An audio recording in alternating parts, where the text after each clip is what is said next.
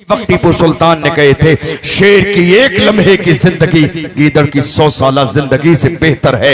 हम जिएंगे तो हुजूर की इज्जत पर पहरा देते हुए, हम मरेंगे तो हुजूर की इज्जत पर पहरा देते हुए, और दुनिया से कहेंगे मेरे तो आप ही सब कुछ है, रहमते आलम मैं जी रहा हूँ जमाने में आप ही के लिए। अस्सलामु अलैकुम वरहमतुल्लाहि वबरकातुहू। आप देख रहे हैं मोहम्मद उवैसुर रहमान यूट्यूब चैनल को सब्सक्राइब करें, लाइक करें, शेयर करें, बेल आइकन ज़रूर प्रेस करें। मैं आपके सामने एक बहुत ही बेहतरीन ज़बरदस्त मुकर्रिर का एक बयान लेकर के आया। हज़रत अल्लामा मौलाना मुफ्ती ग़ुलाम अशरफ जिलानी अज़हरी, काज़ी शहर भीलवाड़ा राजस्थान। बहुत ही ज़बरदस्त बयान असदुद्दीन ओवैसी के ताल्लुक़ से बोले। जो लोग आजकल असदुद्दीन ओवैसी या अकबरुद्दीन ओवैसी को बी टीम कहते हैं, दलाल कहते हैं, मगर उनको सोचना चाहिए कि दलाल है भला कुछ भी है, मगर इस्लाम की खातिर खड़ा तो है, कुरान की खातिर खड़ा तो है। नामूस रिसालत की बात आए तब ये शेर खड़ा होता है, कुरान की बात आए तब ये शेर खड़ा होता है, और इस्लाम की बात आए तब ये शेर खड़ा होता है। मस्जिद के ताल्लुक़ से बात हो तब ये खड़ा होता है, एनआरसी का मामला हो तब ये खड़ा होता है, 3 तलाक का मुद्दा हो तब ये खड़ा होता है, मुसलमानों पर किसी भी तरह का कोई अत्याचार हो तब ये खड़ा होता है, वक्फ बिल के लिए मुद्दा उठाया गया तब यही मर्द कलंदर खड़ा हुआ। फिर भी मुसलमान उसको दलाल कहते हैं। अरे जो खाने काबा के सामने खड़े होकर जिसने कसम खाई हो, फिर भी खाने काबा के सामने खड़े होकर कसम खाने वाले को आप दलाल कहते हो, तो तुम्हारा ईमान कहाँ गया? तुम्हारा ईमान मर गया। अरे तुम जमाने की पार्टियों पर भरोसा कर रहे हो तो एक मर्तबा असदुद्दीन ओवैसी पर भरोसा तो करो। जमाने पर भरोसा किया मिला कुछ नहीं, मगर इन पर एक मर्तबा भरोसा करके तो देखो, तभी पता चलेगा कि ये अपना है या गैर है। तो देखो मुफ्ती ग़ुलाम अशरफ जिलानी किस तरह असदुद्दीन ओवैसी के ताल्लुक़ से बताया। आप इस बयान को जरूर बगौर सुने। हिंदुस्तान की सरजमीन का आज आलम यह है, मुल्क कोने कोने पर मॉब लिंचिंग का दौर है, मुल्क कोने कोने पर नफरत का माहौल, मुल्क कोने कोने पर नफरत बयान दिए जा रहे हैं। अभी चंद दिन पहले उस जालिम ने एक बार फिर हमारे नबी की शान में गुस्ताखी की, जो कुछ दिन पहले और भी भौंक रहा था। और जानते हो, इतना बड़ा बुज़दिल मुल्क की तारीख में कोई हुआ ही नहीं। यही था ना, कोरोना के जमाने में डींगे मार रहा था, नहीं याद आया आपको? यही था ना, कोरोना के जमाने में डींगे मार रहा था, मगर सलमान अजहरी ने सलमान फारसी की सुन्नत पर अमल करते हुए जब दहाड़ा मैदान में तो खुद जो है बगलें झांकने लगा और कहा नहीं कोरोना का दौर है, प्रशासन इजाजत कैसे देगा? प्रशासन इजाजत दे न दे ये प्रशासन की जिम्मेदारी है। मरदूद तू तो हिम्मत कर मैदान में आने की। यही वो जालिम है, यही वो बुज़दिल है जिसने मेरे नबी की शान में गुस्ताखी की और कहा जामा मस्जिद पहुंचूंगा मोहम्मद का चरित्र बताने के लिए। अरे हम तो चाहते हैं बता तो सही, हम तो चाहते हैं बता तो सही, उस जात के सीरत और उसके चरित्र की शान ये है, जो सुन लेता है वो कलमा पढ़ के मुसलमान हो जाता है। हम तो कहते हैं जिक्र कर तो सही, नाम ले तो सही, बता तो सही, ताकि दुनिया को पता चल जाए कायनात के अंदर चांद के 2 टुकड़े करने वाला अगर कोई है तो वो कोई और नहीं, आमिनार का लाल। हम तो कहते हैं बता तो सही। एक बार फिर उसने अपनी गंदगी और खबासत को जाहिर किया और मेरे नबी की शान में गुस्ताखी की। आज जरूरत इस बात की है कि हिंदुस्तान की सरकार अगर ये चाहती है कि मुल्क में अमन चैन कायम रहे, तो जरूरत है ऐसे भौंकने वाले मेरे नबी की शान पर ऐसे लोगों को लगाम कसा जाए और इनकी जगह जेल की सलाखों के पीछे है, ताकि मुल्क सलामत रहे, जमहूरियत सलामत रहे, कौम सलामत रहे, मुल्क को आग में न झोंका जाए। तो ऐसे मुल्क के खिलाफ बयान देने वाले, मुल्क के गद्दार दहशतगर्द लोगों को जेल की सलाखों के पीछे होना चाहिए, खुले आम तौर पर सांड की तरह नहीं घूमना चाहिए। इसलिए ये जेल की सलाखों में रहेंगे तो मुल्क का अमन चैन कायम रहेगा। और अगर ये बाज़ाब्ता इस्लाम और मुसलमानों के खिलाफ भौंकते रहेंगे तो याद रखिएगा मुल्क की सरजमीन पर चैन कायम नहीं रहेगा। आज हालत यह है, लोगों ने यह सोच लिया है कि कलमा पढ़ने वाले हिंदुस्तान की सरजमीन पर किराएदार हैं। इनको बताइए, इनको बताइए और ये एहसास दिलाइए। आज कई बार ऐसा होता है ना, बहुत सारे लोग हमारे परेशान हो जाते हैं, कहते हैं हजरत सब तरफ हमारी बात हो रही है, सोशल मीडिया पर हमारी बात, इलेक्ट्रॉनिक मीडिया पर हमारी बात, प्रिंट मीडिया पर हमारी बात, चैनल पर डिबेट हमारे बारे में, हर जगह हमारी बात। कभी नमाज के मसले, कभी निकाह के, कभी तलाक के, कभी खुला के, कभी इद्दत के, कभी वक्फ के, हर तरफ हमारी बात। मैं कहता हूं, ऐ हुजूर के आशिकों घबराओ नहीं, बात उन्हीं की होती है जिनमें कोई बात होती है। घबराओ नहीं, परेशान न हो, वो दिन जरूर आएगा। तुम अपनी माथे की आंखों से देख लेना, वो दिन जरूर आएगा जब इस्लाम के दुश्मन नीच तो नाबूद हो जाएंगे, दुनिया के हर कोने पर रसूलुल्लाह के इश्क का झंडा लहराएगा। वो दिन जरूर आएगा, हम रहे या ना रहे, अल्लाह का फजल है मेरा इस्लाम रहेगा। मैं रहूं या ना रहूं पर मेरा कुरान रहेगा, मैं रहूं या ना रहूं मुस्तफा के नाम के चर्चे रहेंगे। और उनका जिक्र कितना बुलंद है, अर्श पे ताजा छेड़छाड़, फर्श पे तुरफा धूम धाम, कान जिधर लगाइए तेरी ही दास्तान है। हिंदुस्तान की सरजमीन पर लोग भूल गए हमारी कुर्बानियां क्या हैं। जिस मुल्क में हम और आप रहते हैं, हिंदुस्तान, जब अंग्रेजों ने हिंदुस्तान की सरजमीन पर कब्जा किया, आपने तो हमारे एक आलिम को एक जुमले पर कैद कर दिया और दोहरा मयार दिखाया मुल्क की सरजमीन पर। इस्लाम को गालियां देने वाले घूम रहे हैं, हुजूर की शान में गुस्ताखी करने वाले खुले घूम रहे हैं।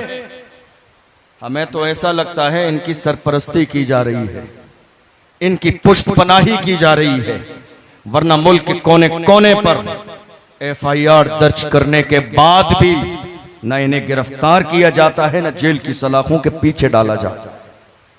हाल ये है, हमारे एक शेर ने एक जुमला कहा, 8 महीने से ज्यादा हो गए आपने जेल में डाल दिया, तुम्हें अंदाजा भी नहीं। इस मुल्क की आजादी में सबसे बड़ा हाथ अगर किसी का है तो वो हमारे आलिमों का हाथ है, हमारे उलमा की कुर्बानी है कि आज चैन की नींद पूरा मुल्क हिंदुस्तान की सरजमीन पर सोता है।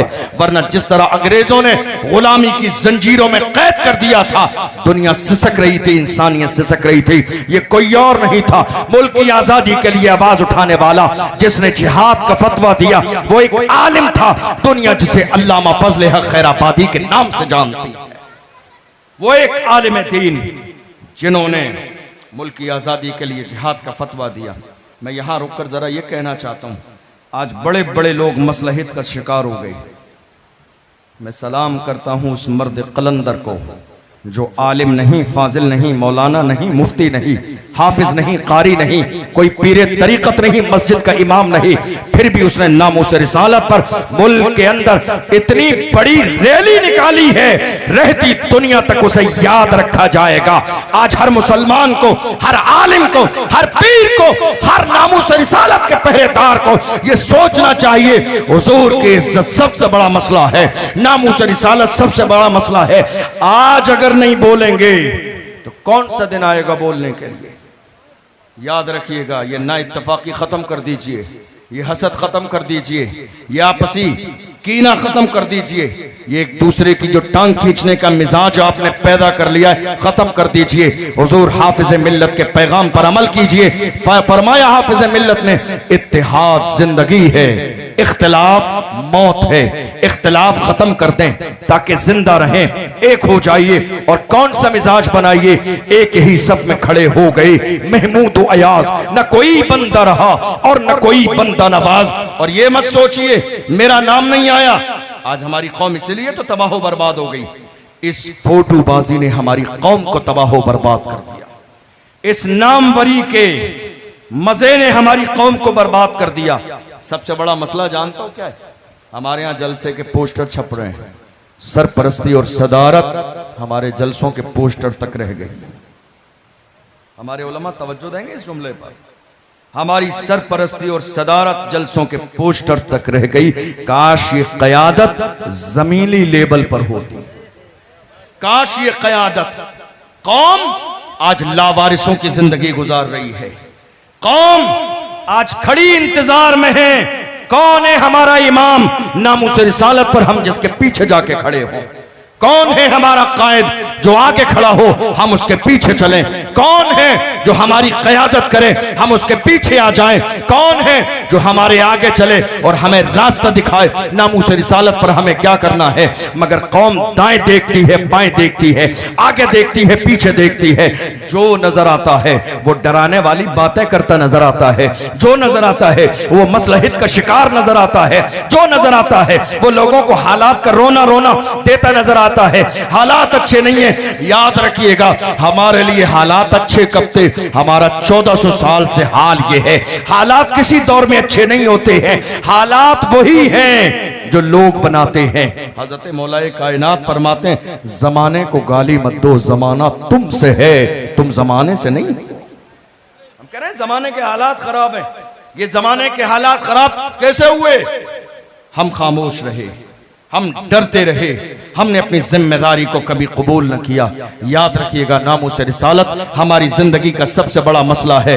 अगर तुम 100 साल जी भी लिए और तुम्हारी निगाहों के सामने हुजूर की शान में गुस्ताखी हुई तो मुझे नहीं लगता है तुमने कामयाब जिंदगी गुजारी है। और एक लम्हा तुमने जिंदगी में सांस ली मगर हुजूर की इज्जत के पहरेदार बन गए तो वो एक सांस तुम्हारी 1000 साल जिंदगी से बेहतर है। तुम्हें अंदाजा नहीं, अल्लामा फजल हक खैराबादी को काले पानी की सजा दी गई, जजीरे अंडमान ले जाया गया और कहा गया मौलाना मुल्क हिंदुस्तान की आजादी के खिलाफ, अंग्रेजों के खिलाफ तुमने जिहाद का फतवा दिया, वापस ले लो, अब भी वक्त है। अगर फतवा वापस लोगे तो तुम्हारी जान बख्श दी जाएगी। आप जानते हो अल्लामा फजल हक खैराबादी ने क्या किया? अल्लामा फजल हक खैराबादी ने उस अंग्रेज ऑफिसर के चेहरे पे थूक दिया और कहा शेर की एक लम्हे की जिंदगी गीदड़ की 1000 साल जिंदगी से बेहतर है। हमें जिंदगी प्यारी नहीं है, तुम हमारे पास आए हो फतवा वापस ले लें, हम हुजूर के गुलाम हैं। हमारे कलम से जो फतवा निकलता है हुकूमतें बदल जाती हैं, फतवे नहीं बदलते। दुनिया ने देखा अल्लामा फजल हक खैराबादी ने जिहाद का फतवा दिया। इसी मुल्क की आजादी के लिए अशफाकुल्लाह खान ने कुर्बानी दी, मुहिम चलाई और हाल क्या था जानते हो? अशफाकुल्लाह खान को अंग्रेजों ने पकड़ा और ले जाने के बाद में स्त्री को गर्म किया, उनके जिस्म पर लगाया और जिस्म की खाल जब जल गई तो नमक लाए और जली हुई खाल पर नमक लगाया।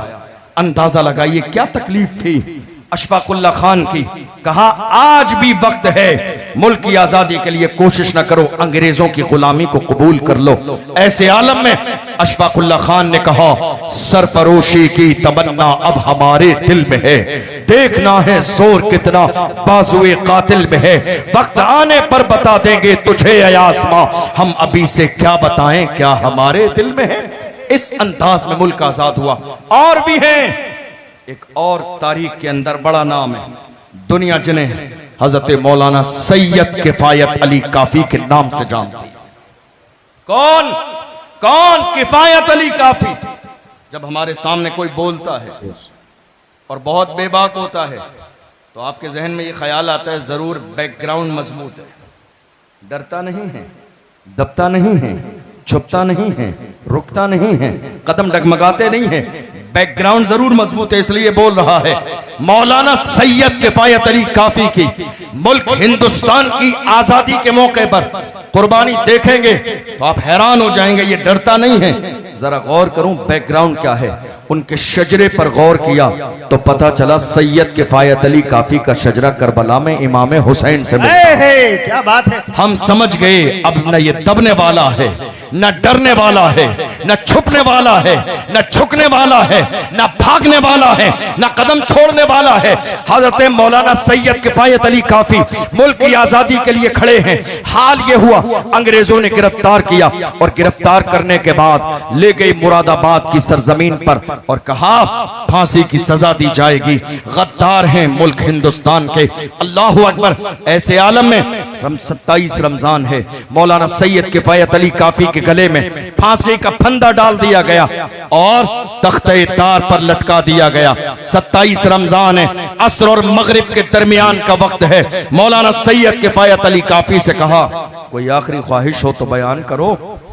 हमारी आखिरी ख्वाहिश क्या रहती थी, आज ख्वाहिश क्या है, जरा गौर कीजिए। उस जमाने में ख्वाहिश क्या थी, गौर कीजिए। मौलाना सैयद किफायत अली काफी ने कहा मेरी आखिरी ख्वाहिश जानना चाहते हो तो सुनो। मेरी आखिरी ख्वाहिश ये है कोई गुल बाकी रहेगा न चमन रह जाएगा, पर रसूलुल्लाह का दीने हसन रह जाएगा। अतलसो कम ख्वाब की पोशाक पर नाजा न हो, इस तने बेजान पर खाकी कफन रह जाएगा। हम सफीरों बाग में है कोई दम का चहचहा, बुलबुलें उड़ जाएंगी सूना चमन रह जाएगा। नाम शाहाने जहां मिट जाएंगे लेकिन यहाँ हश्र तक नामो निशाने पंजतन रह जाएगा। जो पड़ेगा साहिबे लौला के ऊपर दुरूद, आग से महफूज उसका तन बदन रह जाएगा। ऐसे आलम में हजरत मौलाना सैयद किफायत अली काफी ने इस मुल्क के लिए जब जान निसावर की है तब जाके मुल्क आजाद हुआ है। तुम्हें अंदाजा भी नहीं, हमारे यहाँ डर फैलाया जा रहा है, हमारे यहाँ खौफ का माहौल पैदा किया जा रहा है और ये डराने वाले गैर नहीं हमारे अपने हैं। मेरे जवान मेरी बात पर तवज्जो देंगे, ये गैर नहीं है हमारे अपने हैं। आज हालात तो ऐसे हो गए, ऐसे मौके पर जब बात नामूस रिसालत की हो, हमारे जवान इकट्ठे होकर मोहल्ले के किसी इलाके के किसी जिम्मेदार के पास जाते हैं, क्या करना है, कहते नहीं बेटा कुछ नहीं करना है, हालात अच्छे नहीं है, हालात अच्छे नहीं है, तुम्हारा नाम आ जाएगा, तुम्हारा नाम आ जाएगा, तुम्हारा नाम आ जाएगा। अरे मैं कहता हूं तुम्हारा नाम अगर आ भी जाएगा तो दुनिया के इसी दफ्तर में नहीं, मुस्तफा के दफ्तर में भी आ जाएगा। ये नाम फिर एक जगह नहीं आएगा, हुजूर के नाम पे मरने मिटने वालों में नाम आ जाएगा। खादिम हुसैन रिजवी का नाम कई सौ जगह आया और वो FIR दर्ज कराई गई। जब उनका इंतकाल हुआ लोगों ने कहा वापस लेते FIR, कहा नहीं खबर में रख देंगे, हिसाब मुस्तफा की बारगाह में, कबर में रख देंगे, साथ में हिसाब मुस्तफा की बारगाह में होगा। अरे नाम आ जाएगा तो क्या हो जाएगा, इसी दफ्तर में नाम नहीं, गुंबदे खजरा के मकी के दफ्तर में भी नाम आ जाएगा। और याद रखो डरे वो, शर्मिंदा वो हो, घबराए वो जो जिना करके जेल जाते हैं, डरे वो जो शराब पी के जेल जाते हैं, डरे वो जो कत्ल करके जेल जाते हैं, डरे वो जो चोरी करके जेल जाते हैं। अगर हम जेल भी जाएंगे तो मुस्तफा के नाम पे जाएंगे, हुजूर की गुलामी के नाम पे जाएंगे, नामूस रिसालत के नाम पे जाएंगे। और हम तो बड़े फख्र के साथ कहते हैं ये असीरी भी मेरी सुन्नते आबाई है, कोई ऐसी चीज नहीं है, डरिए मत। हुजूर की इज्जत की बात आ जाए, मरने और मिटने का जज्बा पैदा कीजिए। आपको मालूम है आज डराया जा रहा है और कौन, दुनिया जिसे बहादुर शाह जफर के नाम से जानती है। कौन बहादुर शाह जफर, रंगून की जेल में जिसके दोनों शहजादों के सर काट के उसके सामने थाली में रख के पेश किए गए और कहा गया हालात अब तुम्हारे हक में नहीं है, बात खत्म हो गई, दौर खत्म तुम्हारा। अंग्रेजों ने कहा था दमदमे में दम नहीं, अब खैर मांगो जान की। ऐ जफर ठंडी हुई शमशीर हिंदुस्तान की, तो बहादुर शाह जफर ने कहा था गाजियों में बू रहेगी जब तलक ईमान की, गाजियों में बू रहेगी जब तलक ईमान की, तख्त लंदन तक चलेगी तेग हिंदुस्तान की। गाजियों में बू रहेगी जब तलक ईमान की, तख्त लंदन तक चलेगी तेग हिंदुस्तान की। तुम्हें अंदाजा भी नहीं, दुनिया जिसे हमारा शेर टीपू सुल्तान के नाम से जानती है। कौन टीपू सुल्तान? आज हमारे लोग हमें डराने में लगे हैं, वरना हाल यह है हमारी तारीख में एक भी बुज़दिल नहीं है, हमारी तारीख में एक भी डरने वाला नहीं है। मेरी कौम के जवानों, ये नाचने गाने वाले तुम्हारे हीरो नहीं, फिल्म बनाने वाले तुम्हारे हीरो नहीं।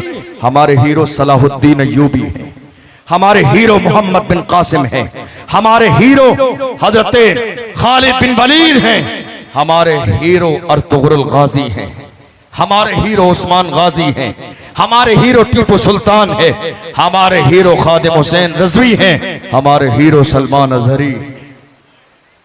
ये नाचने गाने वाले हीरो नहीं है हमारे। एक दौर ऐसा भी आया जब अपनों ने गद्दारी की, और गद्दारी हमेशा अपने आस्तीन के सांप ही करते हैं। जब अपनों ने गद्दारी की, अंग्रेज दाखिल हुए टीपू सुल्तान के महल पर कब्जा करने के लिए, तो कुछ मुनाफिकीन ने, चापलूसों ने कहा, हजरत जनाब ये जो आपकी तलवार है ना, अंग्रेजों के कदमों में रख दीजिए, हो सकता है जान बच जाए, आपकी रहम आ जाए। टीपू सुल्तान ने कहा, मेरी माँ ने कभी बगैर वजू के मुझे दूध न पिलाया, बगैर वजू के मेरी माँ ने कभी दूध न पिलाया। मैं आज अपनी माँ के दूध का हक जरूर अदा करूंगा। मैं कोई बुज़दिल बाप का बुज़दिल बेटा नहीं कि मैं अंग्रेजों के कदमों में मरने से पहले तलवार रख दूं। मैं लड़ूंगा लड़ूंगा जब तक जिंदा हूं। मेरा हाल ये है। ये सुनहरी लिखे जाने के काबिल जुमले उसी वक्त टीपू सुल्तान ने कहे थे, शेर की एक लम्हे की जिंदगी गीदड़ की 100 साला जिंदगी से बेहतर है। हम जिएंगे तो हुजूर की इज्जत पे पहरा देते हुए, हम मरेंगे तो हुजूर की इज्जत पे पहरा देते हुए, और दुनिया से कहेंगे मेरे तो आप ही सब कुछ है, रहमते आलम। मैं जी रहा हूं जमाने में आप ही के लिए। हुजूर ताजो शरिया फरमाते हैं, जिंदगी ये नहीं है किसी के लिए, जिंदगी है नबी की, नबी के लिए। ना समझ मरते हैं जिंदगी के लिए, जीना मरना है सब कुछ नबी के लिए। ऐ मेरी कौम के जवानों, तुम दुनिया के शराब और शबाब में डूब जा रहे हो। तुम ये सोच रहे हो दुनिया की जिंदगी सब कुछ है, हरगिज़ नहीं। ये जमीन फानी है, ये जमान फानी है, ये दुनिया मिटने वाली है। बाकी रहने वाली सिर्फ अल्लाह की जात है। बाकी रहेगा तो मुस्तफा का नाम रहेगा। इसलिए जमाने से रिश्ता तोड़कर रिश्ता जोड़ना है तो मुस्तफा जाने रहमत से रिश्ता जोड़ो, हुजूर की बारगाह से रिश्ता जोड़ो। हुजूर की बारगाह से रिश्ता जोड़ोगे तो इंशाअल्लाह हुजूर के कदमों की बरकत से अल्लाह तुम्हें भी इज्जत वाला बना। आज हम हुजूर की इज्जत की बात कर रहे हैं।